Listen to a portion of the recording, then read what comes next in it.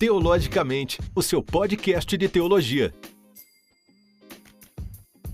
Olá pessoal, sejam todos bem-vindos. Eu sou o John e estamos iniciando mais um Teologicamente, o seu podcast de teologia. Sejam muito bem-vindos. Aqui quem fala é o professor Rafael Santos, aqui parceiro do John desse episódio, mais um episódio, onde a gente vai estar abordando um pouquinho da história da igreja, um pouquinho daquele período que a gente comumente chama de história medieval.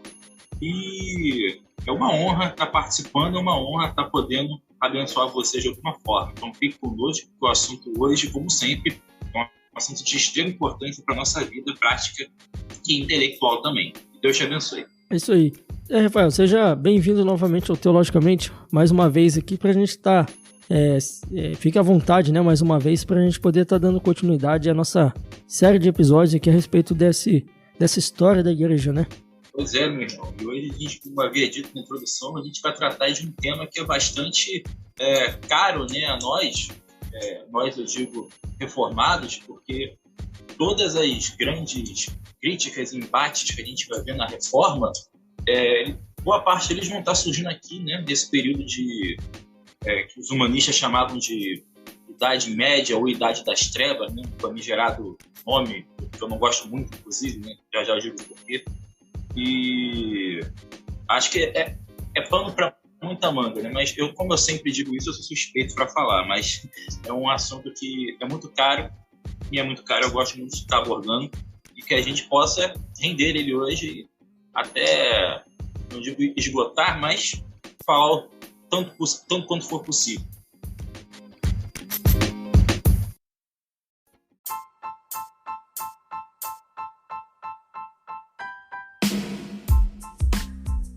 Bem, Rafael, antes da gente continuar com esse episódio, né, a gente só gostaria de passar aqui um recado bem rapidinho para os nossos ouvintes, né?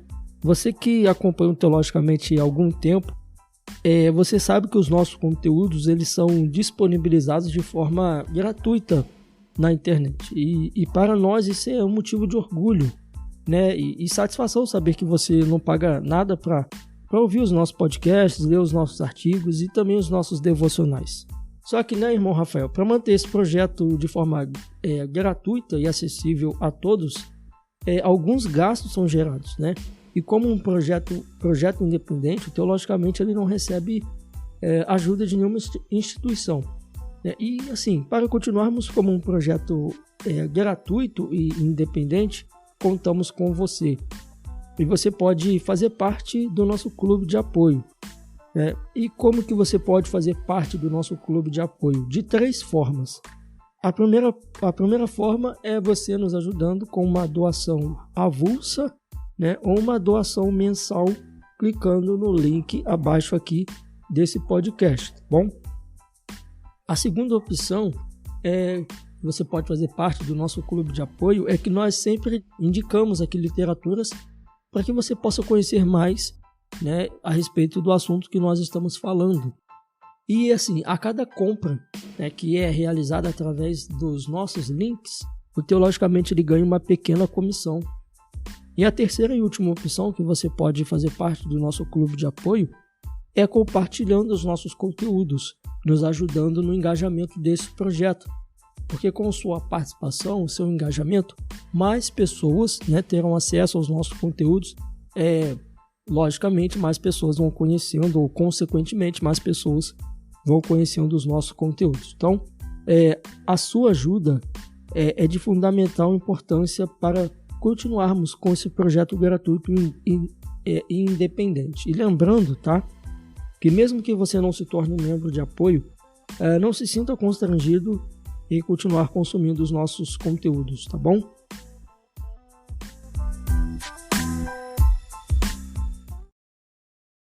Bem, Rafael, já entrando diretamente aqui na nossa pauta, a partir do século 3, 4, né, o fato mais notável e influente foi a institucionalização do cristianismo? Pois é.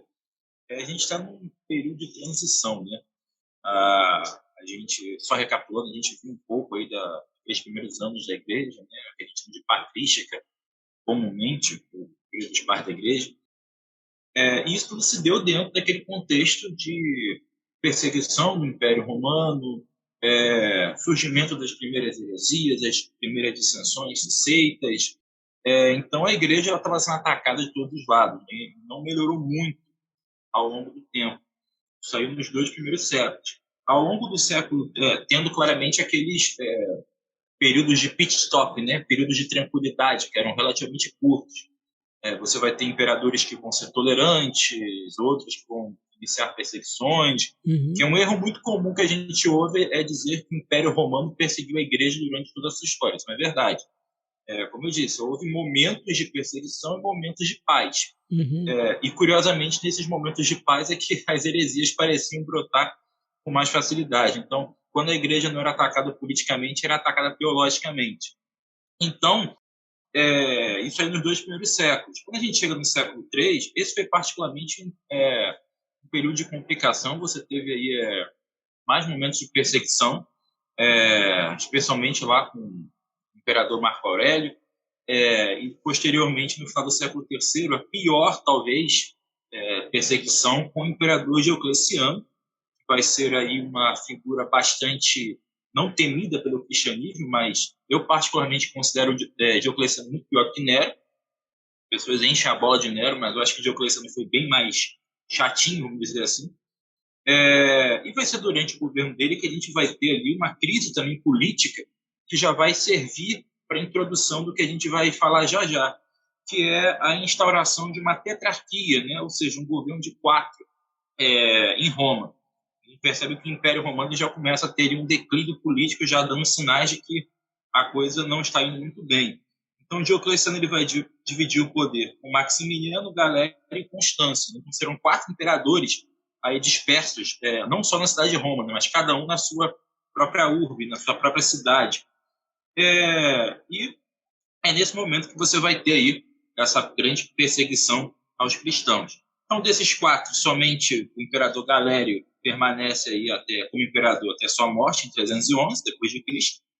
E aí, então, mais uma vez, após a morte dele, 4 novos imperadores vão estar disputando o poder aí nessa tetrarquia.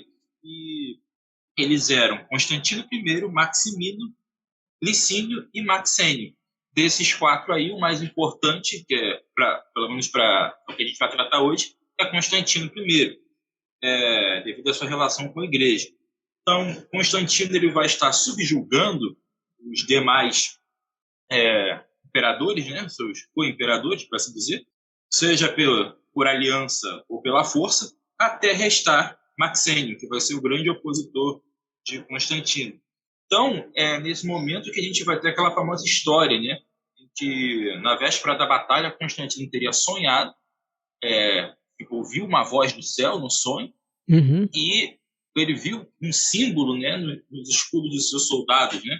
Ele via aí você tem algumas variações. Alguns textos vão dizer que ele viu a cruz, outros textos vão estar dizendo que eu penso mais assim, vou preceder, que ele viu o Quiró, né?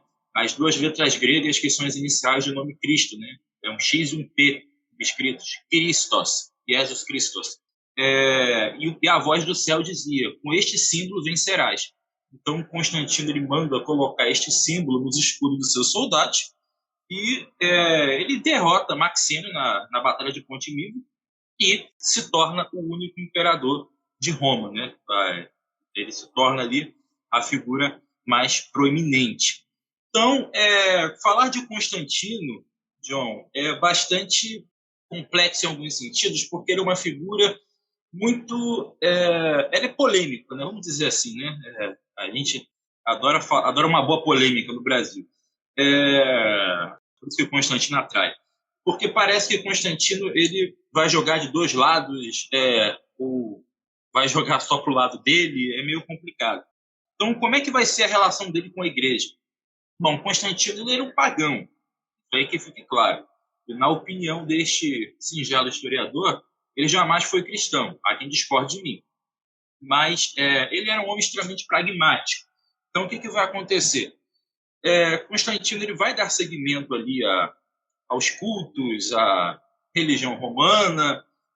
Se não me engano, Eusébio de Cesareia vai dizer que ele, particularmente, não era muito chegado, vamos dizer assim, expressão popular, a certos cultos, embora a outros sim, é uma figura bem controversa. Havia uma tradição do imperador, quando ele tomava posse, fazer uma oferenda no templo de Júpiter. Constantino se recusa a fazer isso, enfim. Se bem que Eusébio é um pouco suspeito para falar de Constantino, porque eles eram muito próximos, mas nesse caso aí há certas controvérsias. Mas o que nos interessa é que Constantino ele nunca teve interesses diretos com o cristianismo, mesmo após a sua ascensão lá, após a Batalha de Ponte Milvio, onde ele teve aquele sonho. Ele só se tornou mais tolerante com a fé cristã. Constantino ele vai estar muito ligado àquela questão do culto do Sol Invictus, né, que era uma das principais divindades de Roma na época. Uma divindade solar. Ele vai vão ter moedas cunhadas com a imagem do Sol Invictus, de um lado, Constantino do outro. Ele era um homem politeísta, até que se prove o contrário. Só que ele percebe que o cristianismo estava crescendo e era uma religião interessante, vamos dizer assim, com muitos adeptos. E ele passa, então, a ter, como eu disse, mais tolerância. Agora, daí você dizer que ele se converteu, se tornou um imperador cristão, é uma distância muito grande, né? Até por certas posturas que ele tomava, né? Ele não, usando aqui um termo bem moderno, do cristianismo moderno, a gente não conseguia perceber uma mudança de vida tão grande assim nele, né? E seguindo aquela máxima dele, pelos frutos conhecerei as árvores, não é difícil a gente dizer que ele era um crente, devoto, enfim. Tanto que ele foi se batizar só na sua morte, né? Exatamente. Ele relutou ao máximo possível, né? Não sei se contaram para ele a história do ladrão da cruz, ele foi o primeiro a interpretar aquilo literalmente, que há um momento especial na hora da morte, que você pode esperar, não sei. Não sei se começou com Constantino, mas é praticado até hoje. Muitas pessoas querem deixar para o último minuto. Sim, verdade. Agora, ninguém sabe qual é o último minuto, mas querem deixar para ele. Enfim. Então, ele era por isso que é uma figura controversa em muitos sentidos, né? A moral um pouco duvidosa, mas certamente não foi o pior imperador que Roma já teve, sem sombra de dúvida. Como eu disse, ele teve essa tolerância aí com o cristianismo. Mas a figura dele ainda vai ter essas indas e vindas, um pezinho no paganismo e um pezinho no cristianismo. Mas eu vou deixar para falar isso aí do nosso próximo tópico, para dar tempo da gente falar de mais coisas. Eu fecho aqui essa introdução. Antes da gente ir para o próximo tópico, né, algumas questões também que a gente vê que houve também essa adesão, né, por parte de Constantino, por parte de Roma ao cristianismo, foi que Roma estava perdendo seu prestígio, né? Eu não diria prestígio, mas vamos lá. O que eu acabei de comentar com vocês? Já estava havendo uma crise política de longa data em Roma. Isso. Muitos historiadores apontam, eu fico um pouco reticente, mas não tem argumentos para discordar dessa posição ainda, é que uma das razões para o fim do Império Romano do Ocidente foi exatamente que ele se tornou tão grande e vasto que ele acabou quebrando no meio. Sim. E a partir daí os conflitos e as instabilidades políticas foram inevitáveis. Como eu disse, eu sou um pouco reticente com isso, mas para todos os efeitos, vamos usar essa explicação hoje. Então, consequentemente, o Império não vai ser mais o que era, vamos dizer assim. E a própria questão religiosa ela já entrega isso.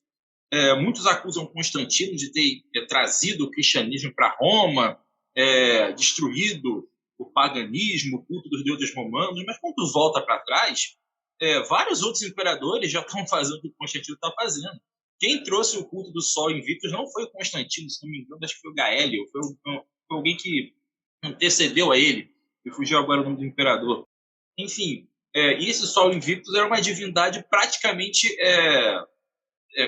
não vou dizer 100% romana, mas você vai ter o panteão romano mesclado, com divindade de várias culturas diferentes.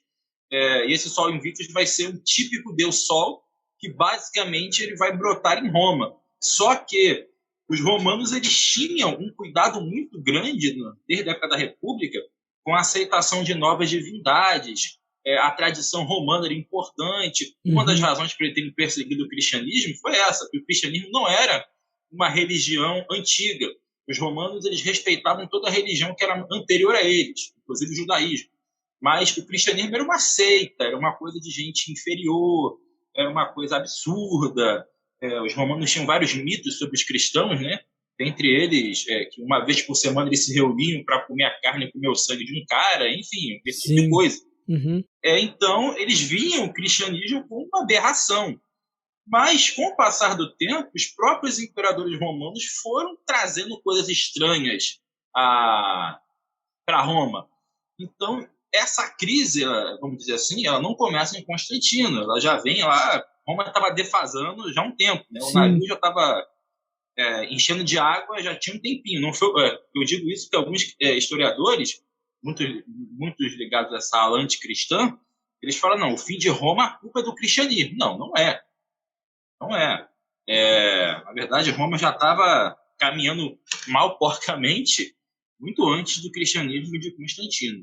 Então, o prestígio caiu, a moral caiu, eles vão começar a perder guerra para os povos germânicos à torta e direito, enfim. Realmente a coisa ela foi, a longo prazo, se desgastando até que a gente vai ver já, né, o Império se divide e depois o Império Romano do Ocidente desaparece. E a gente pode ver, né, Rafael, que com a declaração, né, do cristianismo como religião oficial do Império, essa declaração trouxe algumas vantagens à religião cristã, né? E quais foram essas vantagens? Vamos primeiro fazer só uma correção histórica que confunde a muitos. A primeira, o que Constantino fez não foi transformar o cristianismo na religião oficial do Império. Muita gente acaba, por falar isso, por achar que é a mesma coisa, mas não é. O que Constantino fez foi impedir as perseguições e trazer neutralidade para o Império. Ou seja, o governo romano não ia se meter em nenhuma questão religiosa. A gente vai ver que na prática isso não aconteceu. Mas, em tese, com todas as aspas, Roma era um estado laico. Claramente não era. Mas essa era a ideia que Constantino queria passar lá com o Edito de Milão, que vai, entre outras coisas, trazer o fim da perseguição a qualquer religião, incluindo o cristianismo. Roma não ia caçar ninguém por motivos religiosos. Então, essa era a proposta. Então, isso acabou sendo ali um benefício, né, para a igreja, porque agora você não tinha que se preocupar com ninguém sendo colocado aí num elefante de ferro sendo queimado, e fazendo menção ao martírio de Policarpo de Esmirna. Então, entre outras coisas, né, ser crucificado, ser queimado, essas coisas que aconteceram aí nos quase 3 primeiros séculos de história da igreja. Então, fim da perseguição é um ponto positivíssimo, e certamente a liberdade de culto, né, que vai advir disso. A igreja vai poder ter agora seus próprios templos, locais de reunião, vamos dizer assim. Eles vão ter também participação política. Isso era vedado aos cristãos, ter participação pública, né, política. Você não podia ter cristão no Senado romano, por exemplo, agora você pode. Ou seja, você dá ao cristão a possibilidade de ser um cidadão, né, romano, um cidadão do mundo, por assim dizer, exercer seus direitos cívicos, e também a liberdade de culto. Acho que esses aí são alguns pontos que a gente pode estar traçando aí para começar a falar. Mas também além dessas vantagens, né, logicamente também trouxeram algumas consequências trágicas, né? E quais seriam essas? Curiosamente, John, as consequências, o lado ruim é sempre maior, né? A gente sempre tem mais consequências negativas do que positivas. Uhum. Mas vamos lá. Eu costumo dizer que, brincando claramente, há controvérsias, mas eu sempre digo que quando Constantino colocou a mão na igreja, desgraçou ela. A coisa começou a piorar a partir daí.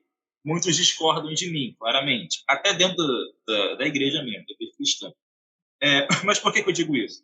Não aqui colocando a culpa em Constantino, não que ele foi um enviado de Satanás para destruir a igreja. Não é essa a minha ideia, minha proposição. É que a partir daquele momento, a partir de certas ações que foram tomadas, portas se abriram.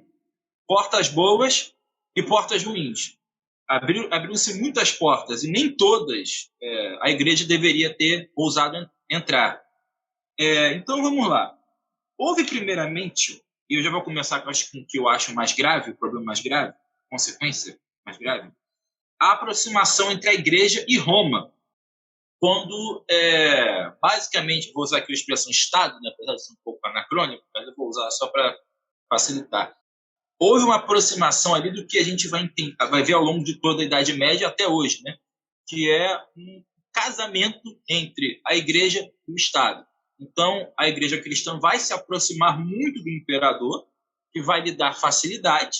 Constantino vai dialogar constantemente, nossa, é redundante, constantemente com a igreja, vai dar acesso à igreja, especialmente aos bispos, a muitas situações ali, políticas, a gente já vai falar disso, e, em razão disso, a gente vai ter ali uma união quase que simbiótica entre um e o outro, né? Uhum. Igreja e Roma vão ficar ali bastante próximos até demais.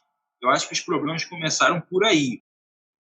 Isso certamente vai piorar depois que, em 380, algumas décadas depois de Constantino, o imperador Teodósio ele vai assinar o Edito de Tessalônica e aí sim vai tornar o cristianismo a religião oficial do império, né? O Edito de Milão de Constantino ele proíbe as perseguições ao cristão. O cristão é livre. E o Edito de Tessalônica de Teodósio ele vai agora sim tornar o cristianismo aí uma religião oficial do Império Romano. O governo vai se professar aí como tendo uma religião oficial. E os problemas disso, as implicações problemáticas disso são infinitas, melhor dizendo. Porque quando você junta uma coisa com outra, igreja e Estado, apesar de ser uma coisa aparentemente boa, a gente está querendo dizer que toda uma nação, todo um território, ele vai ser obrigado a professar uma determinada fé. E a gente sabe que não funciona assim. A gente sabe que não é assim sempre. Nem sempre você vai ter, você vai ter mentes discordantes o tempo todo. E com o cristianismo é ainda pior nesse sentido, porque a nossa fé ela trabalha com conversão como sendo obra do Espírito Santo. Então, um belo dia você vai chegar para um camarada que passou a vida toda no paganismo, cultuando vários deuses, vai dizer para ele, agora você vai ter que ser cristão. Ele vai chegar para você e dizer, mas que raiz é isso? Uhum. Como é que eu vou ser cristão? Não, você tem que ser cristão porque agora o Estado está mandando você ser cristão. Então, você não pode fazer. Não é assim que a nossa fé funciona. Jesus não nos mandou obrigar ninguém a ser discípulo. Ele disse, fazer discípulo. Como? Ensinando todas as coisas que eu tenho dito a vocês. Ponto. É assim que a gente faz, acrescenta as almas na igreja, ensinando pela pregação do Evangelho. E a obra do Espírito Santo age produzindo ali arrependimento na vida daquele coração, ou não. E aí, é aquilo que Paulo fala, né? Para os eleitos, a pregação é um aroma suave de Cristo, mas para os que se perdem, é cheiro de morte. Então, nem todos vão crer. A gente sabe que nem todos serão salvos. Então, você não pode simplesmente chegar um belo dia e tacar, essa aqui é a religião do império, todo mundo vai ter que virar cristão. Mas, e aí? Vão virar cristão? Não. Mesmo que eles se professem. Houve conversão? Só porque alguém assinou ali um decreto, uma medida, né, política, isso aí converte o coração de algum pecador? A gente sabe que não. Então, esse casamento de igreja e Estado ele é perigosíssimo. Esse é um dos motivos piores, né? Você forçar a pessoa a viver uma coisa que ela não é, e não houve qualquer regeneração. Mas não para por aí, não acaba, tem mais. Essa aproximação, dentro dessa aproximação de igreja e Estado, os bispos da igreja eles passam agora a ter poder político. Cria-se, né, uma espécie de aristocracia clerical, vamos dizer assim. Uhum. E nesse momento começa-se a professar que esse luxo que eles vão ter, a pompa, a honraria, isso é a favor de Deus. Temos aqui os precursores da teologia da prosperidade, olha só. Não uma, bem antigo, né? Pois é, o que a gente falou no nosso último episódio. Essas heresias, elas não são de hoje, elas começaram lá atrás. elas só trocam de nome. Então, a você ter poder, você ter riqueza, isso é porque Deus está te abençoando. É a única resposta imaginável. Isso começou a se apregoar. E uma das críticas de Lutero foi essa, a opulência do clero, a opulência do Papa, que sentava no seu trono de ouro majestoso. Enfim, isso começa já aqui, em meados do quarto para o quinto século. É uma coisa bem antiga.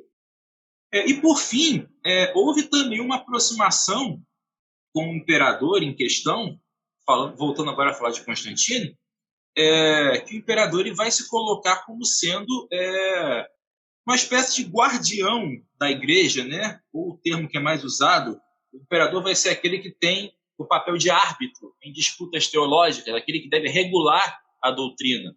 Então, basicamente, você dá a alguém o poder, a alguém que provavelmente não é crente, de tomar decisões e opinar em assuntos da igreja. Então você percebe. Só pra gente contextualizar aqui um pouquinho isso que você está falando, imagine que agora aí na nossa comunidade cristã, né, entre os pastores, teólogos, surge aí uma divergência muito grande, aí a gente vai até o presidente, para o presidente, né, decidir o que vai ser as ações que serão tomadas, né? Era mais ou menos isso que estava acontecendo. Exatamente. E de forma menor, John, a gente pode explicar ainda um exemplo mais próximo. Eu venho percebendo, isso é um dado meu, não tem gráfico para provar isso, mas eu venho percebendo nos últimos anos que o número de pessoas descrentes dentro da igreja que pensam que são crentes tem aumentado bastante. Não sei se você percebe isso. E essas pessoas, muitas vezes, são até pastores.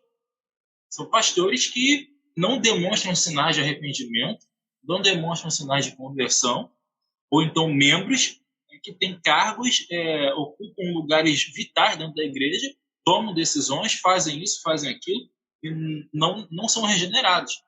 Eu creio que vai por esse caminho. Você levar para fora da igreja questões que têm que ser resolvidas dentro da igreja, eu acho um pouco problemático. Esse exemplo que você deu aí é o macro, né? Aí você já ir direto no poder máximo, 10 ao menos, de uma nação e, olha, não sei nem se o presidente é convertido, qual é a religião que ele professa, mas resolve isso aqui para a gente. Você pede um provável descrente para resolver uma questão teológica ainda por cima. É nesse contexto, por exemplo, aqui, voltando para cá, que Constantino ele vai convocar o Concílio de Nicéia. Porque você vai ter naquele momento ali aquela controvérsia ariana, você vai ter aqueles ataques à divindade de Cristo. Então, a igreja tem que tomar a decisão. Então, o que o imperador faz? Vamos convocar um concílio ecumênico. O que é um concílio ecumênico? É você chamar todos os bispos de todos os cantos do império, congrega eles na cidade de Nicéia, e ali a gente ver o que vai ser feito, né?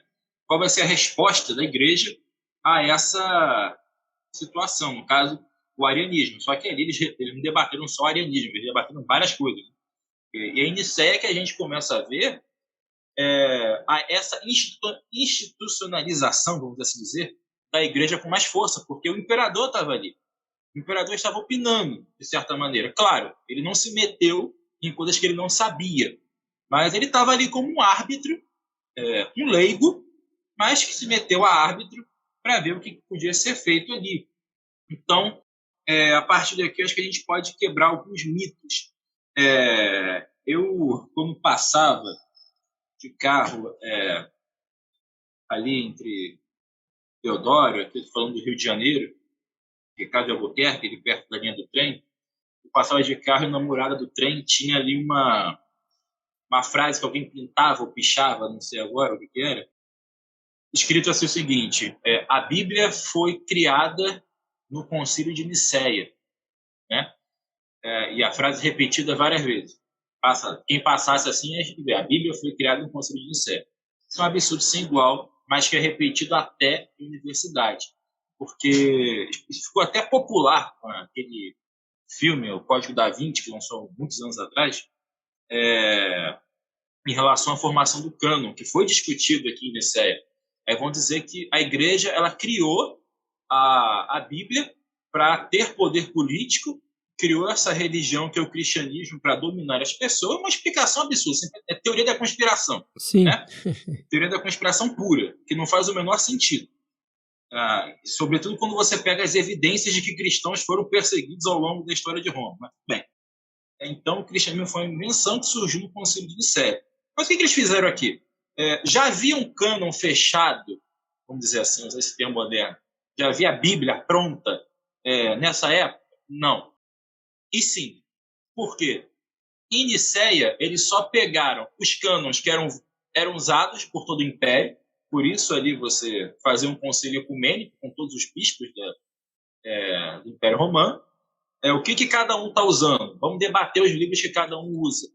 Então, aí, com base nisso, tem aqueles critérios. Esse livro que fulano usa, o pessoal do Oriente usa, ele pode ser ligado a algum apóstolo, ele se alia à doutrina maior, aquilo que foi passado até nós, isso bate, isso aí é coerente. Eles começaram a debater. E chegaram àquele cânon que a gente conhece hoje, os 66 livros da Bíblia. Na época não havia aqueles apócrifos ainda, a Igreja Católica cresceu depois. Enfim, então aí a Bíblia não foi criada em Nicéia, já havia cânon antes, e vários deles. E mesmo após Nicéia, a Igreja do Oriente continuou usando dela. A Igreja do Oriente é bem rebelde, vamos dizer de passagem. Vai haver uma cisão, inclusive, depois para comprovar isso. O cisma. Enfim, então você vai ter vários cânones que eram usados ao mesmo tempo.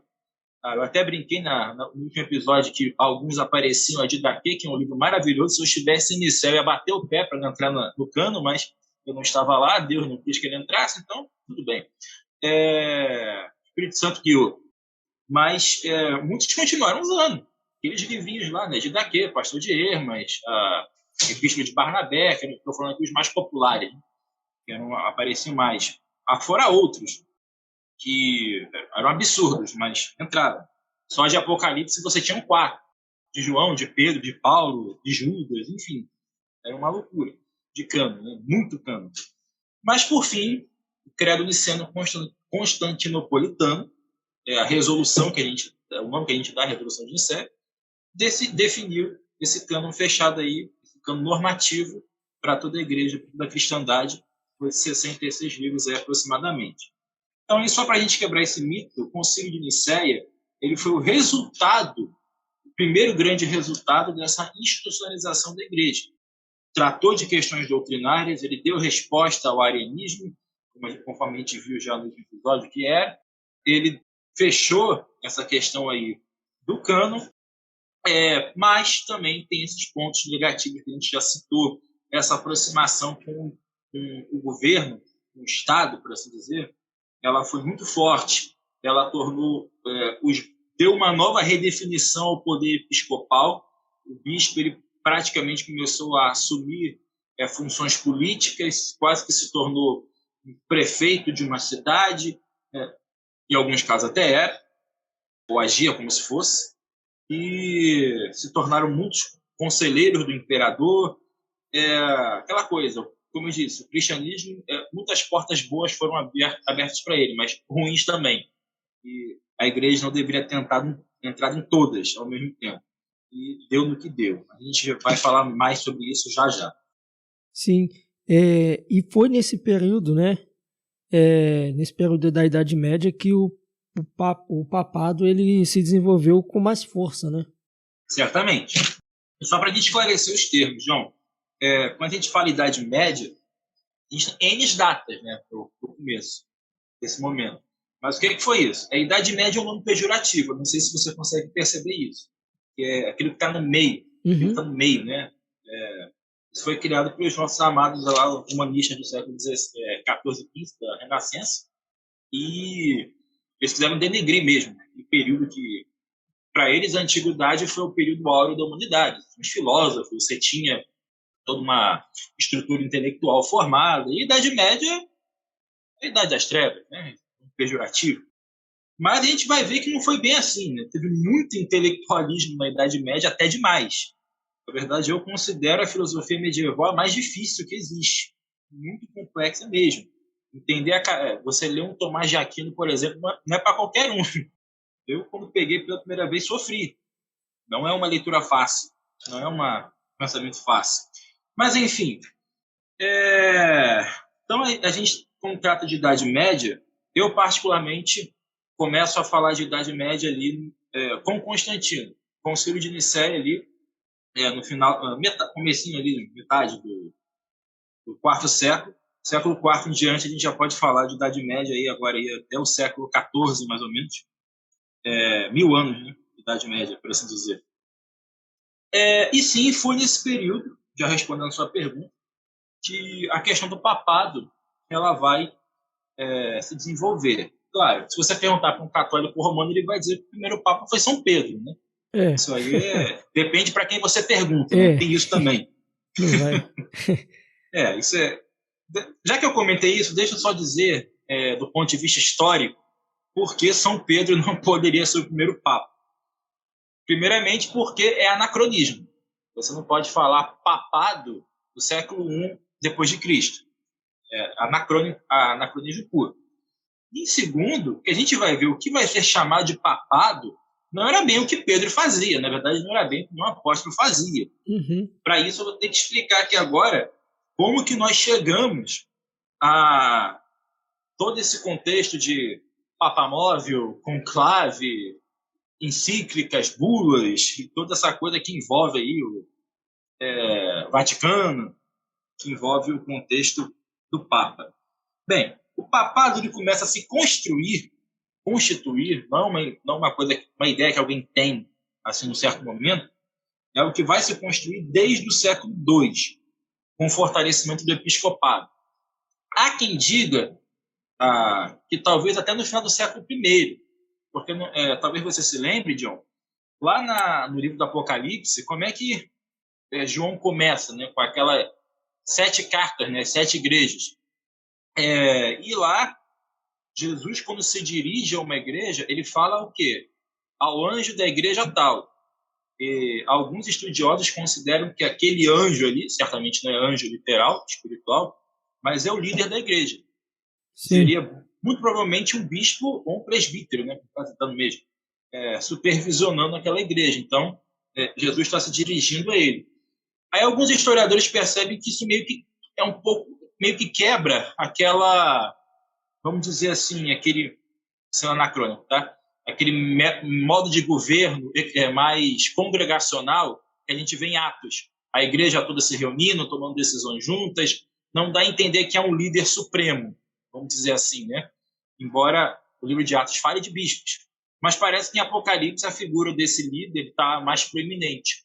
Se a gente vê historicamente falando, a gente percebe que em tempos de perseguição, isso é muito interessante, a igreja tendia mesmo a se firmar, né, se aproximar de uma liderança única, porque você tem um concílio de bispos, uma reunião de diáconos ali, um conselho, é mais complicado, porque no meio de uma perseguição, ninguém quer ouvir debate, você quer uma liderança forte que te ajude a sair daquele problema, decisões rápidas, né, para problemas rápidos e imediatos. Então, a figura única do bispo, vamos dizer assim, a proeminência episcopal, ela talvez já comece ali já no final do primeiro século, e as cartas lá de João no Apocalipse talvez nos dê algum indício disso. Mas vai ser a partir do segundo século mesmo, já na patrística, que a força desses bispos vai ser ainda maior do que antes. Irineu de Lyon, por exemplo, ele defendia uma sucessão apostólica como forma de preservação da ortodoxia. Lembrando que Irineu estava respondendo aos gnósticos. Os gnósticos se diziam defensores retentores de ensinamentos que vieram do próprio Cristo, ensinamentos secretos, ensinamentos que a igreja desconhecia. Eles queriam se firmar como a única e verdadeira igreja de Cristo. Então, o que Irineu vai dizer? Que a tradição, que aquilo que os apóstolos nos legaram, é o que vale, é aquilo que é a Escritura, é aquilo que nós recebemos.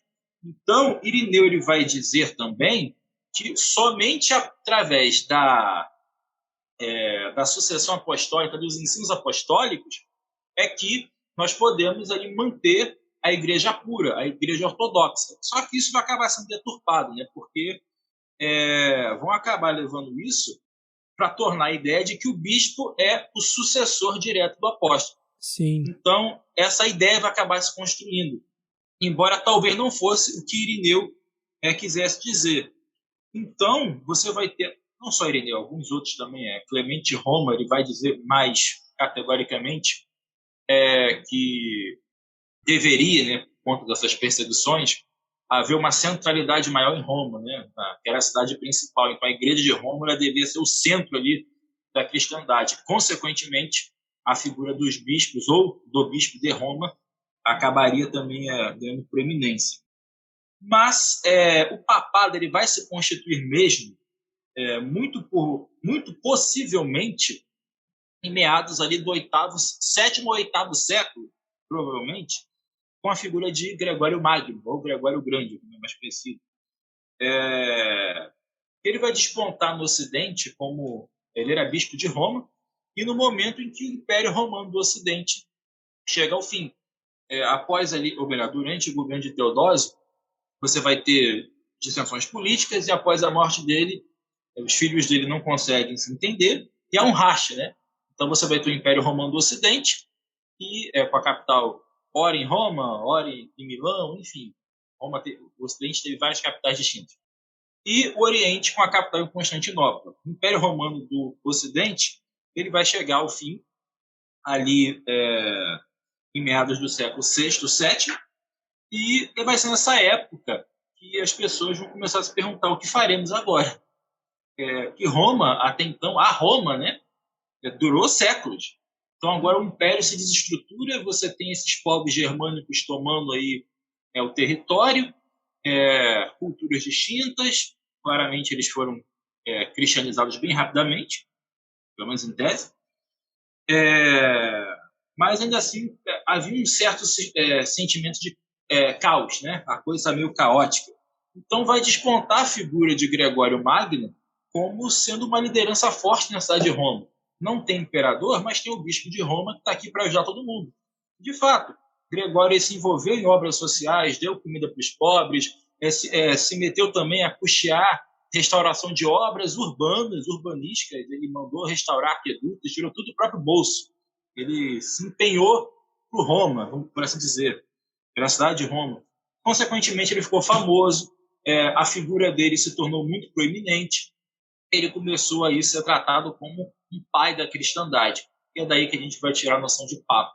Então, eu e os historiadores, né, consideramos Gregório Magno como sendo o primeiro Papa, certamente não São Pedro. Embora outros antes dele também tenham tido certa proeminência, né, mas o foco era o bispo de Roma, era a figura que deveria ser ali centralizada, por assim dizer. Com o passar do tempo isso só se fortaleceu e a gente tem um papado aí firme e forte, né? Mas é o que dizem. Isso. A gente viu também que houve aquela disputa entre os imperadores, né? E agora a gente vai ver aqui nesse período também que houve disputa entre os papas. Fala pra gente aí um pouco sobre essa disputa que houve aí. Bem, as disputas no plural, né? E a gente pode tratar essas disputas se manifestaram da seguinte maneira. Esses papas nem sempre concordavam entre si. Talvez você lembre também que Martim Lutero, lá no seu julgamento, Martim Lutero ele cita isso na sua defesa. Ele cita que os concílios, os papas, se contradizem o tempo todo. Essas são as palavras dele. E essas contradições são o quê? Um papa promulga uma coisa, uma encíclica, uma bula, e o outro vai lá e diz, não, ele errou e eu vou mudar aqui. Isso se manifestava de que maneira? Eu trouxe aqui alguns exemplos bem curiosos. Por exemplo, condenação de algumas pessoas e a absolvição das mesmas um tempo depois. Um caso famosíssimo, na Idade Média, você vai ter Joana d'Arc, né, aquela figura que vai se destacar lá na Guerra dos 100 Anos, França contra a Inglaterra, e Joana d'Arc ela vai ser ali condenada por crime de bruxaria, com aval da Igreja. Eu vou explicar melhor a questão da Inquisição depois. mas Joana d'Arc vai ser morta e condenada como bruxa.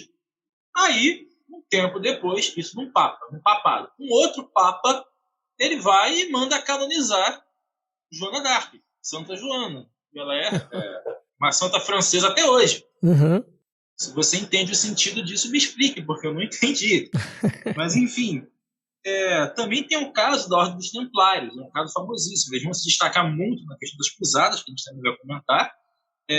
Vão ter apoio ali da igreja, mas, um belo dia, o Papa manda uma ordem falando que excomungou todo mundo, eles são hereges, e os templários vão acabar morrendo aí nas fogueiras da Inquisição. Enfim, então o que está por trás disso? Resposta simples: política. A gente tem que entender, John, que todo esse contexto de Inquisição, o poder da igreja, a igreja era a coisa mais poderosa na Idade Média, isso é mentira. A igreja não tinha todo esse poder. O que a igreja é? A igreja se tornou uma instituição forte, isso é verdade. Sobretudo após ali a constituição do feudalismo. A igreja vai ser senhora de terra, vai ter poder econômico, enfim. Porém, o poder da igreja não era maior do que o poder dos reis. As pessoas teimam em não aceitar isso. O poder político era maior. Eu te pergunto, já que a gente falou de Inquisição, o que era a Inquisição? A Inquisição foi um tribunal criado ali no século XIII, se não me engano, durante o Concílio de Latrão, que vai buscar fazer uma purificação da cristandade. Eles estavam muito preocupados com o surgimento de heresias, paganismo, entre outras coisas. Então, você buscar ali chamar esses cristãos hereges, ou menos que se professavam cristãos, né? E corrigir os problemas. Com o passar do tempo, a Inquisição se tornou mais violenta. Por quê? Porque quem você acha que, por exemplo, mandava a guarda lá na casa de fulano e prendia a filha dele porque era praticante de bruxaria? Era a igreja? Não. A igreja não tinha exército. A igreja tinha poder para torturar pessoas. A igreja tinha masmorras? Não. Quem tinha esse poder? Os reis. O poder político, a gente viu agora há pouco, ele se tornou muito próximo da igreja. E, às vezes, esse poder vinha com um preço. Olha, você tem aí meu exército à sua disposição, você tem aí a minha proteção, te dou terras, mas eu quero que você condene algumas pessoas aí no contexto espiritual, pode ser? Toma lá da cá, troca de favores. Foi isso que aconteceu. Houve uma corrupção do clero, claramente, só que havia também ali um envolvimento político, né, daqueles monarcas. Na França, só acontecia à torta e direito. O caso dos templários que eu citei agora há pouco foi exatamente isso. Eles eram uma ordem de cavaleiros, se tornou proeminente, conseguiram uma fortuna absurda, se tornaram praticamente os banqueiros da Europa medieval, emprestavam dinheiro para todo mundo, com juros altos. E o rei da França, que estava falido, Filipe o Belo, né, melhor conhecido, ele quis confiscar o dinheiro dos templários. Olha, vocês são meus cavaleiros, eu quero o dinheiro de vocês. Eles falaram, não, a gente empresta, a gente não dá. Então, o que o rei da França fez? Mandou o Papa, que era francês, ou seja, meu súdito, não importa se era Papa ou não, é meu súdito, é francês. Olha, você vai excomungar todo mundo e vai me dar legitimidade, autoridade para matar eles a sangue frio. O Papa não teve escolha, tinha que obedecer o rei e tirou a cristandade dos templários. Olha, não são mais cristãos. Então, o que quer dizer? Pode matar. Então, quem estava por trás da Inquisição, dessas perseguições, desse suposto poder da Igreja Católica? Os reis, os monarcas, que se professavam cristãos, mas não eram. Agora, mais uma vez, eu aponto o perigo que um falso crente traz para a Igreja. Até hoje, a Igreja, tanto católica quanto protestante, é marcada por essas questões de perseguições, preconceitos, intolerância. Muito disso é por conta de pessoas que não conhecem o Evangelho ou têm uma visão equivocada dele e acham que a mensagem de Cristo ela tem que ser levada à força, coisa que Jesus nunca nos ensinou a fazer. Mas, enfim, é nesse contexto aí que esses papas viviam se degladiando, por assim dizer. E nem sempre eles concordavam, um respeitava o outro, e eles estavam sujeitos também ao poder político. Muitos papas, na verdade, tinham grandes reis, grandes coroas por trás deles. Essa aqui é a verdade do grande poder da igreja, suposto poder da igreja tinha na Idade Média. Uhum.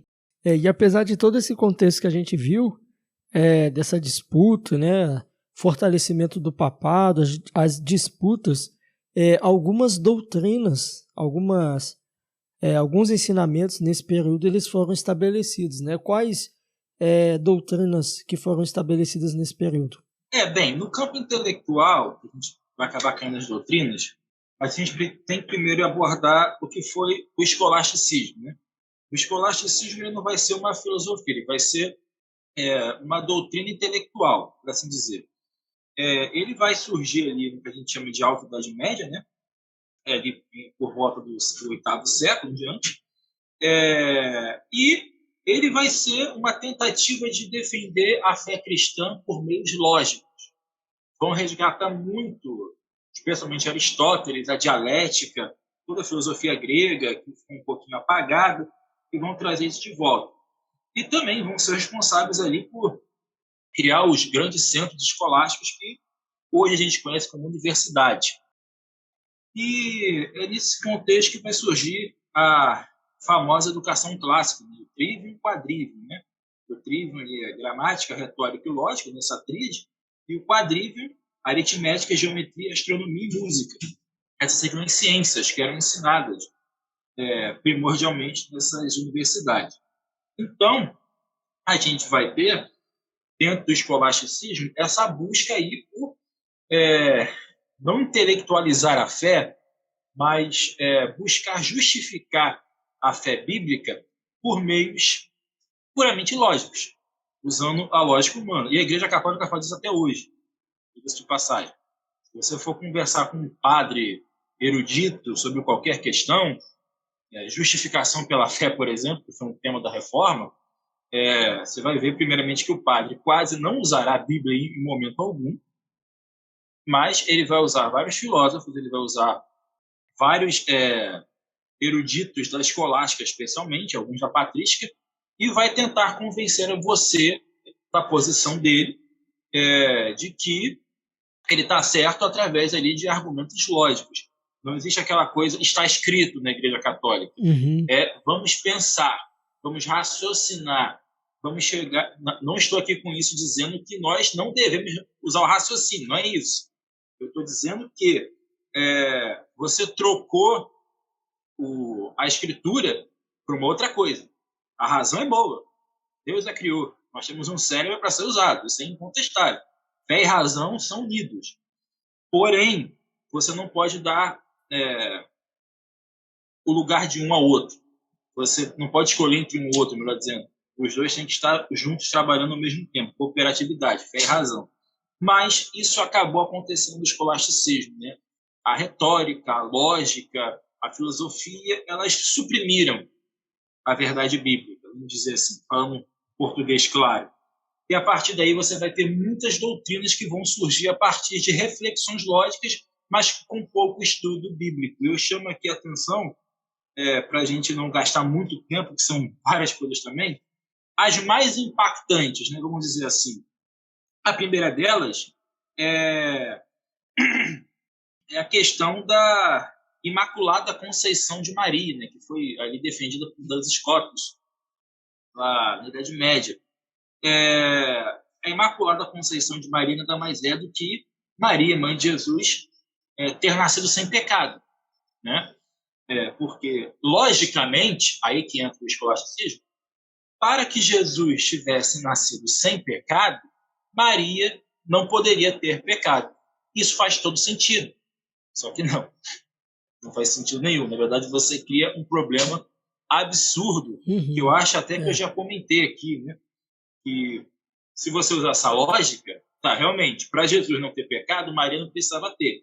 Mas para Maria não ter pecado, a mãe e o pai dela também não deveriam ter pecado. Sim. E aí você faz o quê? Você cria uma raça de seres humanos perfeitos, uma linhagem perfeita, sem pecado, que vai até Adão.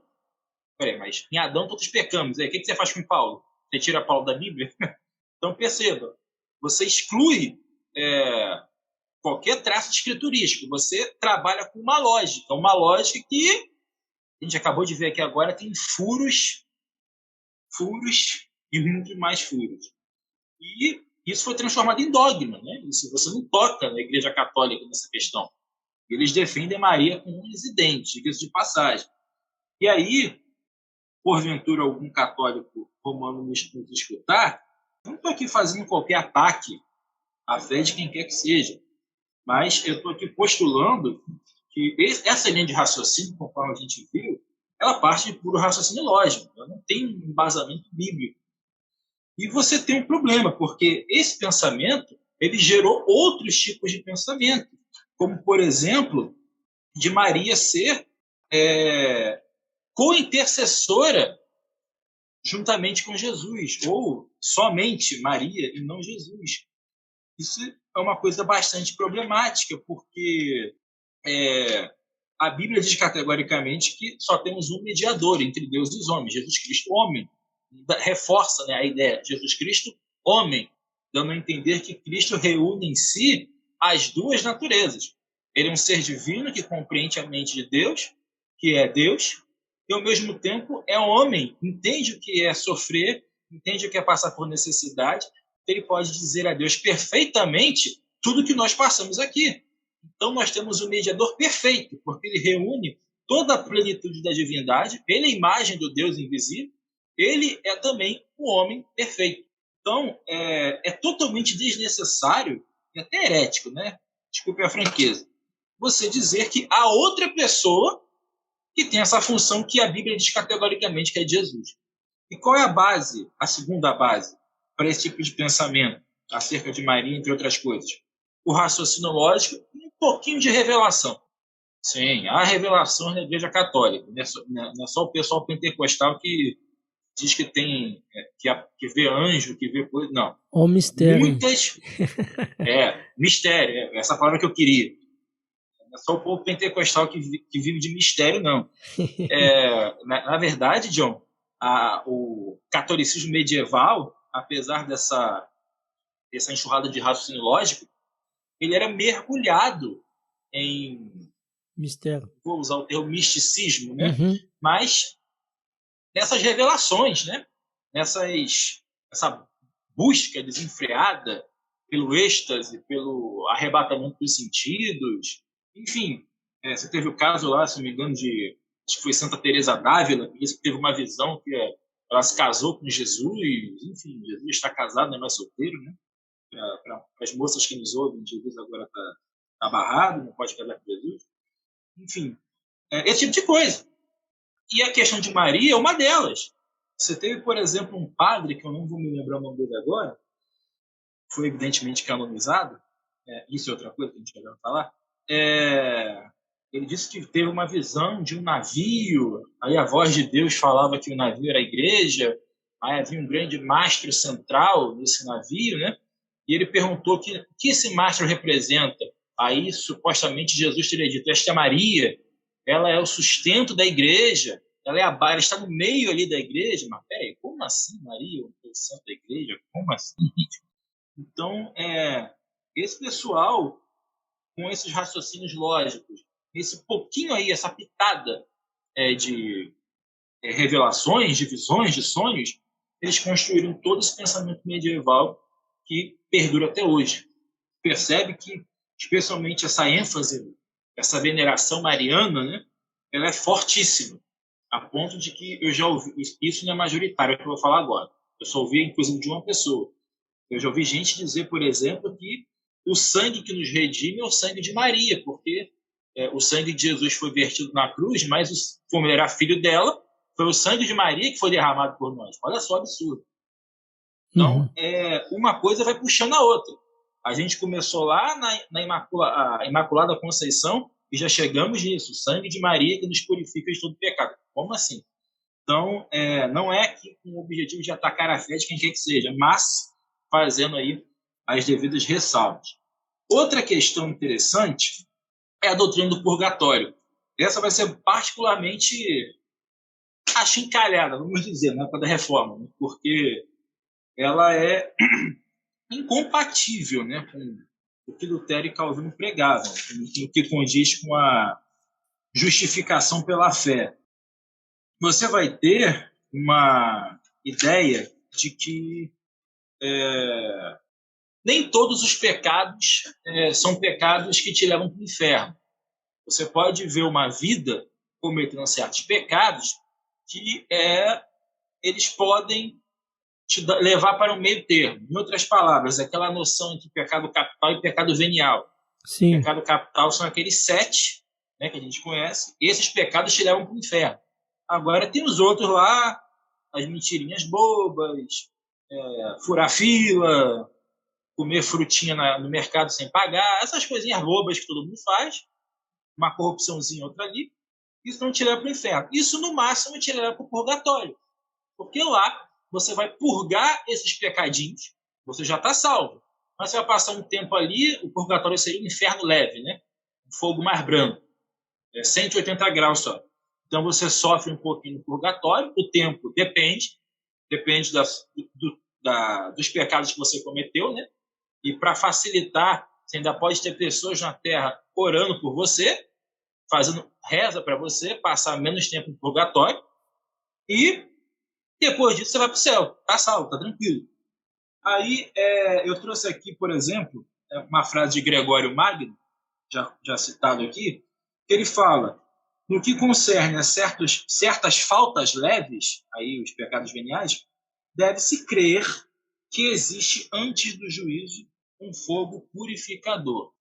O Catecismo da Igreja Católica ensina o seguinte, abre aspas, aqueles que morrem na graça e na amizade com Deus, mas imperfeitamente purificados, estão certos da sua salvação eterna. Todavia, sofrem uma purificação após a morte, a fim de obter a santidade necessária para entrar na alegria do céu. A gente nem precisa pensar muito, né, porque os reformadores foram contra isso. Porque a Bíblia diz que somos justificados mediante a fé em Cristo Jesus. Se já somos justificados, aí não temos mais culpa, não há condenação para quem está em Cristo Jesus. Então, como assim depois da morte ainda tem alguma dívida a ser paga?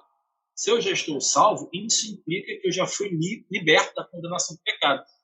E outra coisa, quando que os apóstolos de Cristo, quando o próprio Jesus, ensinaram acerca de um local intermediário, que não é o céu nem o inferno? No momento algum, nunca falaram disso. Nunca falaram disso. Também não falaram nada sobre Maria também, diga-se de passagem. Se ela tem um papel tão importante na salvação, pelo menos Paulo deveria ter citado ela alguma vez, mas isso ele faz. Então, qual é a base bíblica para a doutrina do purgatório? Eles vão usar aqui um texto de 2 Macabeus 12, 44 a 46. Nem preciso mencionar que 2 Macabeus é um livro apócrifo, que vai ser, como eu havia dito, o cânon ele foi fechado em Niceia, mas o pessoal ainda consultava uma série de outros livros. Eles não eram proibidos. O pessoal aqui, eu digo clero, né? E 2 Macabeus ele vai ser aceito como cânon da Igreja Católica, vai ser usado, até hoje está lá, como os apócrifos do Antigo Testamento. E 2 Macabeus ele traz um momento lá em que o pessoal diz que vai fazer oração pelos mortos. Aí eles pegaram isso e fizeram um acréscimo. Por que vão fazer oração pelos mortos? Porque eles estão em algum lugar que precisa de oração. Não pode ser o céu, porque no céu eles estão bem. Eles não precisam de oração no céu. E não pode ser o inferno, porque o inferno é definitivo. Não há volta para o inferno. Então eles só podem estar no local intermediário, no local onde eles estão purgando os seus pecados. Daí a ideia da doutrina do purgatório. Seria uma espécie de um limbo, né? Mais ou menos, porque eles fazem distinção ainda. Né? Porque você tem o purgatório e as subdivisões dele, né? Sim. Você tem, por exemplo, já que você falou do limbo, você tem o limbo infantis, que é para onde eles acreditavam que as crianças não batizadas iam. Acho que ainda creem nisso até hoje. Você tinha vários tipos de limbo. Uhum. Esse das crianças é o único que eu me lembro agora. O purgatório era mais ou menos isso. Eu não sei se eles fazem divisão entre as seções do purgatório, se esse limbo está lá dentro, aí você me pegou. A geografia do purgatório não é meu forte. Mas, pois é. Tem que ler mais da Divina Comédia. Acho que está melhor explicadinho lá no Dante. Mas era mais ou menos por isso. Eu fazia essas hiperdivisões, aí, subdivisões, para criar destinos intermediários que, como a gente já viu, não existem na Escritura. E só para fechar essa questão, outra coisa importante é a questão da canonização, né? A gente vai ver surgindo a figura do santo. Eu fui até censurado uma vez por um irmão reformado, né? Eu fui fazer uma meditação, eu falei, vamos abrir aqui o texto no Evangelho de São Lucas. Ele falou, não, esse negócio de São Lucas é coisa de católico, isso é verdade. Calma, meu. Calma. Legalismo também não é coisa de cristão, não. Calma. Não pode se apegar a certas besteiras assim. Quando a gente fala São Lucas, São Mateus, a gente está ressaltando que, assim como nós, salvos, todos somos santos. Essa palavra são é isso, são santificado. Então, sim, São Mateus, São Lucas, São João, São John, São Rafael, enfim, somos santos porque Cristo nos santifica. Enfim, toda a igreja é santa, né? Não deveria ser, seja santo porque o seu Deus é santo. Porém, na Idade Média, a figura do santo ela ficou deturpada. Em que sentido? O santo era aquele ser que recebia um dom de Deus em vida sobrenatural. Era um ser humano perfeito. Em alguns casos, era aquele que ia para o deserto, enfrentava demônio, batia de frente com Satanás, chegava para ele e falava qual o teu nome, qual o teu chefe. Sim, isso acontecia. Não é novidade de hoje. Então, o santo era era o super-herói, né? Você tinha lá, se você juntasse 4 ou 5 santos numa mesma catedral, você tinha os Vingadores lá praticamente juntos. Então, nesse sentido, era um super ser. Você tinha ali figuras santas, né? Santidade virou sinônimo de perfeição na Idade Média. E até hoje os católicos têm essa visão, e alguns evangélicos também. Não sei se você já ouviu, né? Muita gente fala, né? Eu não sou santo, não. Devia ser. Sim. Até porque a Bíblia fala que sem santidade ninguém verá Deus, mas devia ser. Então, santidade não é perfeição, mas acabou se constituindo. O santo se torna aquele que em vida era um super ser. E após a sua morte, havia um processo muito curioso, que era a canonização. Antes de falar disso, quero voltar um pouquinho na Antiguidade. Havia dois momentos, duas questões, melhor dizendo, que nos ajudam a entender isso. Na Grécia, você tinha a figura do semideus, do herói, né? Podia ser um semideus ou não. O herói era aquele ser destacado, era diferente dos homens. Aquele contexto homérico que a gente conhece, da Ilíada, da Odisseia, é o mais famoso. Aquele super ser, aquele super-homem mesmo. Quando o herói morria, normalmente ele era venerado. Você tem os exemplos, né? Hércules, Perseu, Teseu, enfim. Após a morte, esse herói ele era venerado, era adorado como uma divindade. Em Roma, quando o imperador morria, ele passava por um processo chamado de apoteose. O que é isso? Era a divinização do imperador. A gente vê, por exemplo, uma das razões para a perseguição aos cristãos é que eles se recusavam a cultuar o imperador. Não era o imperador vivo, tá, gente? Era o imperador morto. O culto ao imperador só podia ser prestado depois que ele morresse. Então, o imperador só se tornava divino após a sua morte. Por isso que muita gente não gostava, por exemplo, de Nero. Nero queria ser adorado em vida. Isso era basicamente uma heresia romana. Domiciano seguiu o mesmo caminho dele. O imperador só podia ser venerado após a sua morte. Então, é aí que está por trás do culto do imperador. Aí você pega na Idade Média, essa questão do santo, é praticamente a mesma coisa. Você tem ali o santo como um super ser que faz feitos espirituais sobrenaturais, dotado de uma bondade, uma santidade sem igual. Em vida, ele é venerado. Após a morte, ele é canonizado, ele passa a ter uma igreja com o nome dele, ele tem orações em nome dele, ele tem uma caixa sacerdotal que o venera. Não dá para... Se isso não for religião, não sei o que é, gente. A gente fala que os católicos eles têm práticas idolátricas, né? Eles vão dizer, não, católicos não adoram imagens porque nós fazemos a distinção entre adoração e veneração. Tá, mas aquilo que eu falei, tu tem um templo com o nome do camarada, tu faz oração para ele, isso não é uma religião? Isso não é culto? Isso aí, falando como historiador, isso aí é paganismo no seu sentido mais puro, clássico, melhor dizendo. Enfim, ainda tem a questão da intercessão dos santos, né? Porque Jesus, como eu disse, não é suficiente. Jesus é muito divino. Então você precisa de alguém mais humano para interceder a Deus, rogar por nós. Então a gente tem que ter um exército de pessoas muito melhores do que nós, junto a Deus, para interceder por nós. E para isso eles usam base bíblica, John, acredite você ou não. A Bíblia não fala lá que nós devemos confessar nossos pecados uns para os outros, devemos orar uns pelos outros. Então, isso não para com a morte, né? O santo é aquele que continua orando, intercedendo por mim, mesmo após a morte. Só que agora ele vai interceder diretamente a Deus. Claramente aí, uma distorção do texto bíblico. Mas, enfim, essa é alguma das polêmicas aí. Se você quiser perguntar mais alguma coisa, fique à vontade. Não, você falou muito bem. Só gostaria de que você deixasse também destacado, apesar dessas doutrinas que foram estabelecidas, né, algumas doutrinas positivas que foram estabelecidas nesse período também. Certamente aqui eu posso citar, dentro do escolasticismo, a defesa que eles fizeram da fé. Isso é um ponto positivo. Eu citei aqui agora há pouco Tomás de Aquino, né? Tomás de Aquino ele vai ser responsável por uma obra fantástica, mas, como eu disse, uma leitura bem, bem pesada, que vão ser as 5 vias, né? As 5 vias de Tomás de Aquino, como são mais conhecidas. E ali ele traça uma defesa puramente lógica da existência de Deus. Se eu não me engano, eu acho que eu anotei aqui, tá aqui. Eu fiz um resumo aqui das 5 vias. Eu não vou comentar tudo porque é muita filosofia, eu não quero complicar a cabeça de ninguém. Mas ele, por exemplo, ele defende aqui a 4ª via de Tomás de Aquino para provar a existência de Deus. Ele fala sobre os valores humanos. Ele diz o seguinte: se existem sentimentos e valores éticos, eles só podem vir de Deus. Uma frase simples, mas que nos faz pensar. Por exemplo, por que alguém que não é cristão é bom? Por que alguém que não é cristão, por exemplo, entende que matar é errado? Por que matar é errado?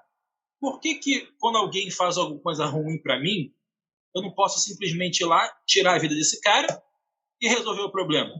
De onde que vem esse freio moral? De onde é essa moralidade? Então, Tomás de Aquino ele fala, essa moralidade aí, mesmo você não crendo em Deus, mesmo você atacando a fé, dizendo que Deus não existe, isso é Deus na sua vida.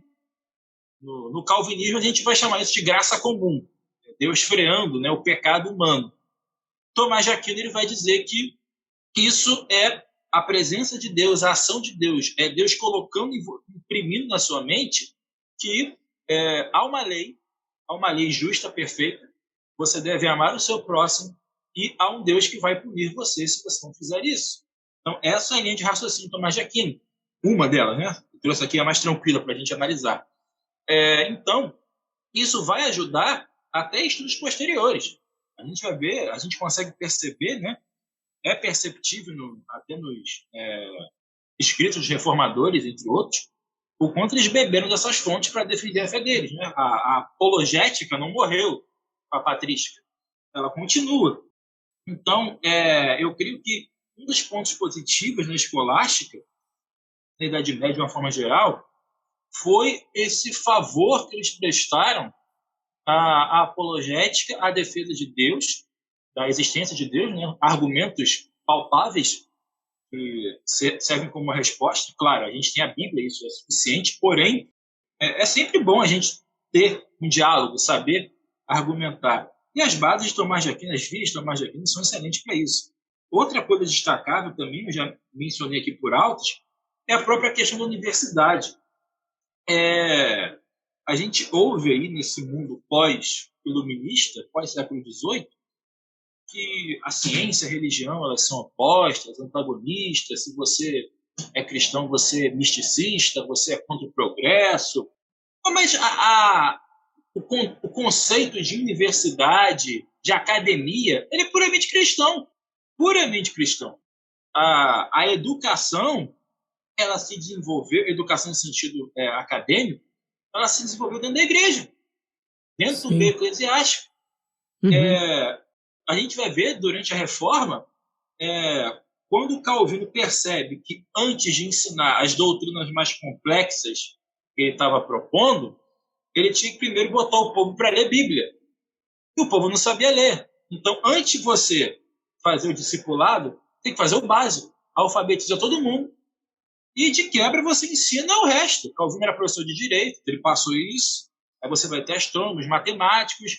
E aí, aquela comunidade de Genebra vai se tornar uma universidade que existe até hoje. A Universidade de Genebra. Que nem preciso dizer que nega veementemente que a origem deles é de Calvino, né? Foi Calvino que fundou a Universidade de Genebra, praticamente. Enfim, então é inevitável. Onde você tem cristianismo bíblico, cristianismo sincero, você vai ter exercício intelectual. Você não pode separar uma coisa da outra. Então essas coisas elas servem para nos mostrar também que essa história de fé e razão como antagonista, isso é mito, isso é invenção de iluminista. Eu costumo dizer que no iluminismo há luz bastante para ver e escuridão bastante para cegar. Na verdade Então, e muita escuridão mesmo, porque os caras não conseguem perceber o óbvio. Então, todo o conhecimento moderno, a ciência moderna, João, você sabe disso, ela veio de quem? De pensadores que, em sua maioria esmagadora, todos cristãos. Galileu, Kepler, Newton, Bhaskara, Pascoal, todo mundo ali era crente. Ou ligado à igreja católica ou à igreja reformada. Sim. Todo mundo era crente ali. Então, esse pessoal aí, todos eles misticistas, todos eles eram feiticeiros? Não, eram crentes e eram mentes brilhantes. Eu cito aqui Albert Einstein, que não era cristão, mas era judeu, era ligado a uma religiosidade, ele cria em Deus, não era ateu. Então, esse pessoal está tentando vender um peixe, que a gente vê isso na universidade, né, até hoje, que para você ser um intelectual, você tem que abrir mão de qualquer religiosidade, porque é uma hipocrisia mentirosa, porque eu vejo muita gente que ataca o cristianismo, já vi, ataca o cristianismo na sua aula à noite e na manhã seguinte está batendo tambor para algum. Então não é o ateísmo sincero, é só o anticristianismo. O Deus da Bíblia é que é o problema, qualquer outro está valendo. Então é hipocrisia, né? Já dizia que, aproveitando que na Idade Média, cito Erasmo de Roterdã. Ele dizia que a hipocrisia é a graxa que move a engrenagem do mundo, né? E não estava errado, realmente ainda é verdade. Mas, enfim, essas são algumas das contribuições que a gente pode estar trazendo, os pontos positivos da Idade Média. Não são poucos. Sim, muito bem.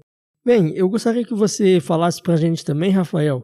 Eu vou juntar aqui as duas perguntas. A primeira pergunta é o que foi o crescimento do poder maometano e o que foram também as cruzadas. As cruzadas foram em decorrência desse poder maometano? Ou o que foi aí? Explica para a gente. Temos aí um tema dos mais curiosos, né? Mais distorcidos, ironicamente, que é falar de Islã. Falar do Islã é complicado, né? Não porque é um assunto difícil, mas porque existe, parece até que proteção internacional. Cuidado para não cair uma bomba aí na sua casa aí. Não, mas pois eu já vi gente que foi censurada no YouTube, John, porque simplesmente falou a palavra muçulmano. Só porque falou a palavra, não foi nem para o bem nem para o mal. Citou a palavra muçulmano e foi censurado. Mas enfim, não sei que loucura é essa. Mas vamos lá. O que a gente tem que entender? Primeiramente, a gente vai ver que no 7º século, ali estamos falando de 600 e pouco, 660 e pouco por aí, quase indo para o 8º século, a gente vai ter o surgimento de uma religião ali na Península Arábica que vai praticamente destruir todo o paganismo árabe e criar uma religião monoteísta, ou seja, uma única divindade. Eu falo aqui do Islã, né? Iniciado pelo seu profeta Muhammad, ou Maomé, como ele é mais conhecido, e ele vai dizer que teve revelações, visões, né, que mais comumente conhecida como Miraj, né, miragem de Maomé, em que ele vê o Deus Supremo, Allah, falando para ele todas as revelações contidas no Antigo e no Novo Testamento são verdadeiras. Porém, são revelações incompletas, sendo que as maiores revelações Alá daria a ele, Maomé. E isso ele vai, ao longo de sua vida, né, escrevendo essas revelações que vão resultar naquele grande livro sagrado dos muçulmanos, que é o Corão, ou como é conhecido aqui no Ocidente como Alcorão. E após a morte dele, ou melhor, ainda em vida, né, ele iniciou uma expansão dessa religião. Ele foi perseguido no começo, né, aquela famosa fuga dele para Meca, que se torna a cidade sagrada do Islã até hoje. Mas após isso, ele domina a Península Arábica, né, o Islã, e domina aqui no sentido militar, não só no sentido de conversão religiosa, no sentido militar. O muçulmano ele tinha uma coisa muito engraçada. Ele dominava uma região, uma cidade, aí o camarada perguntava: eu posso continuar cultuando a minha religião? Aí o muçulmano dizia: pode, só que você não vai ter direito de voto, você pode se desapropriar a qualquer momento, você pode até perder a sua vida, mas pode continuar com a sua religião. Mas, se você se converter para o Islã, aí você pode ter tudo. Ou seja, o direito à cidadania era velado somente a muçulmanos. Aí fica fácil você converter meio mundo. Mas a religião cresceu, não só militarmente, mas muitas pessoas se tornaram adeptos dela de fato. E hoje, diga-se de passagem, é uma das religiões que mais cresce no mundo, se não a mais. Mais cresce. Então, ao longo de muito tempo, Maomé conseguiu conquistar praticamente toda a Península Arábica e um pedacinho do Oriente. Após a morte dele, isso triplica, né? Você vai ter disputas internas, a questão do califado se divide, um grupo mais fiel aos ensinos dele, um outro grupo que cria outras coisas, enfim. É fato que Maomé é descendente de Ismael? Não, fato não. Eu particularmente tenho minhas dúvidas. Na verdade, Maomé não. Os árabes, né? Como um todo. Há ali uma genealogia suposta mesmo, eu não sei de onde tiraram, que defende que os árabes são descendentes de Abraão por Ismael. Sim. Eu acho isso muito conveniente, né? Porque o Maomé ele queria fazer uma ponte com o cristianismo e com o judaísmo, por consequência. Que melhor maneira de fazer isso do que se alegar como descendente de Abraão? Uma forma fácil. Então, sim. Isso só vai surgir depois dele. Antes dele, ninguém falava disso. Só vai surgir com ele. Então, eu particularmente tenho minhas dúvidas e elas são grandes. Na verdade, eu duvido muito que ele seja. Mas, para todos os efeitos, vamos dizer que sim. Apesar de eu ser contra. Então, o que vai acontecer, John? Essa fé islâmica ela vai crescer. Enquanto ela estava lá no Oriente Médio, não tinha o menor problema. Aí, eles tocaram onde não deveriam ter tocado.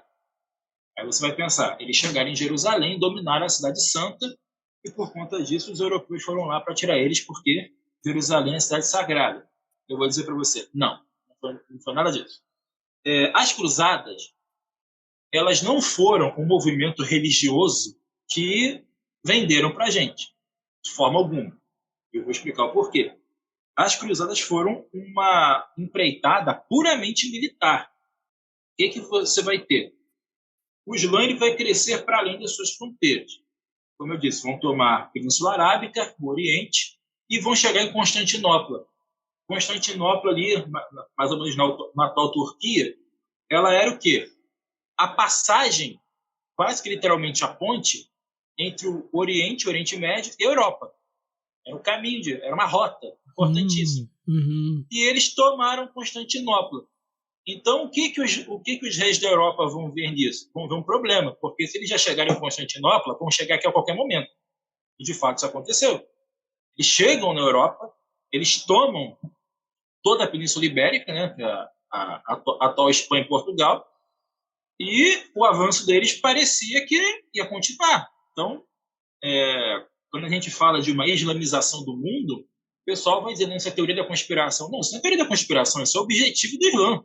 O bom muçulmano, aquele que se considera fiel ao Corão, aos ensinamentos do profeta deles, ele quer islamizar o mundo todo. Isso aí é da crença dele.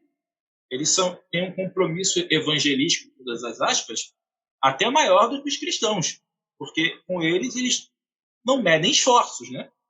A gente às vezes se trava, para dizer o mínimo.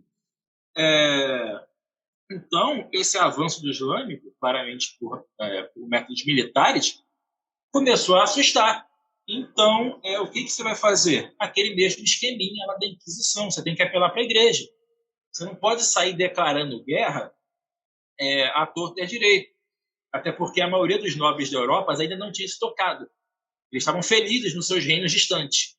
E alguns deles, como por exemplo o pessoal mais lá ao norte, estavam preocupados com outras ameaças. Porque, por exemplo, naquela região da Bretanha, atual Reino Unido, você vai ter um constante ataque de escandinavos, vikings, né? Piratas.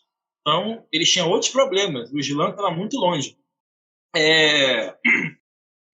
Então, o que você vai fazer? Você vai dar um toque no Papa, falando especificamente agora do Papa Inocêncio, se não me engano, não, perdão, Urbano II, foi o Papa da Primeira Cruzada.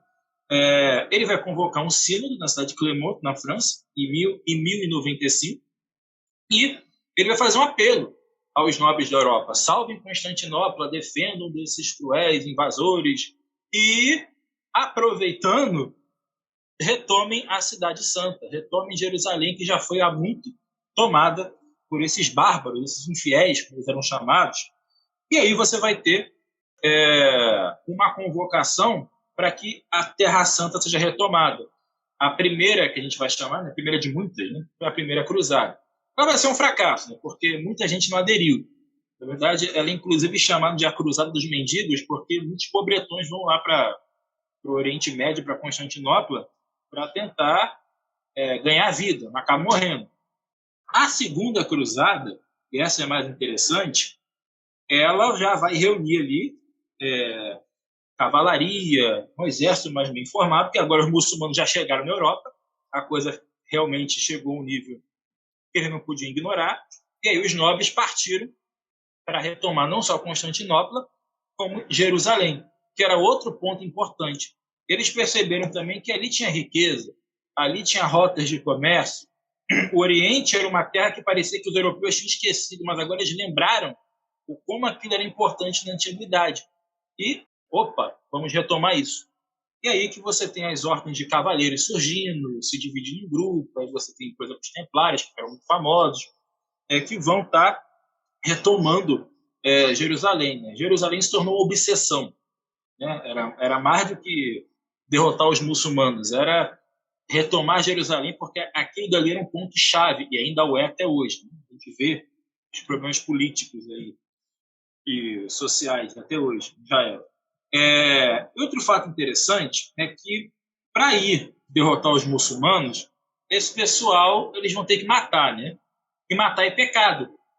Então, o que a igreja vai fazer? Para legitimar isso daí, eles vão dizer o seguinte: olha, vocês não têm que se preocupar porque vocês vão estar matando infiéis, vocês vão estar lutando pela cristandade, para que esses pagãos, vamos dizer assim, hereges, eles não venham para cá destruir a nossa fé, nossa terra e tal. Mas, como matar é pecado, a igreja vai dar para vocês um perdão antecipado. A igreja vai dar a vocês ali um salvo-conduto para vocês lá fazerem o pecado de vocês e não ter problema. É um pecado que já vai ter ali um perdão prévio, né? A gente vai chamar isso de indulgência. Vão receber indulgência papal, vão receber um perdão que vai ser usado como um instigador, né? Você pode ir lá, faz o que tiver que fazer, está perdoado. Aí eles foram, mataram, violentaram mulheres, saquearam, e está perdoado mesmo, que podia fazer o que quisesse, mesmo para o inferno por causa disso. Então, pelo menos segundo a Igreja Católica. Então, é aí que começa a prática da indulgência. O negócio ficou popular, né? E depois as indulgências passaram a ser vendidas, né? E na época de Lutero a gente sabe no que deu. Mas, enfim, começa aí por volta desse momento. Como eu havia dito, a gente vai ter várias cruzadas, aí entre 1096, contando a primeira, até 1244. Aí você tem 148 anos, 450 anos de cruzados. E elas foram um fracasso. Eles até conseguiram retomar Jerusalém ali entre a segunda e a terceira cruzada, mas depois o exército de Saladino tomou de volta e os muçulmanos permaneceram em Jerusalém e, diga-se de passagem, permanecem lá até hoje. Jerusalém é uma cidade bem dividido, né? Aquela questão palestina é complicada, né? Não entramos em polêmica aqui. A ONU, por exemplo, não reconhece Jerusalém como capital de Israel. É Tel Aviv para a ONU. Vários israelitas não queiram abrir mão de Jerusalém. Mas, enfim. Então, as cruzadas, de uma forma geral, tiveram esse objetivo. Não foi uma defesa apaixonada dos interesses da igreja, da fé cristã. Não, eles estavam querendo se livrar da ameaça dos invasores. Era isso. Era política. Os muçulmanos eram uma força poderosa, ainda são. Então, o objetivo foi esse. Como eu disse, eles chegaram a tomar parte da Europa. Eles tomaram a Península Ibérica e ficaram lá até o final do século XV, né? Quando você vai ter a Reconquista e o reino da Espanha vai conseguir se unificar e expulsar os invasores muçulmanos. Mas isso aí já é uma outra história para uma outra vez.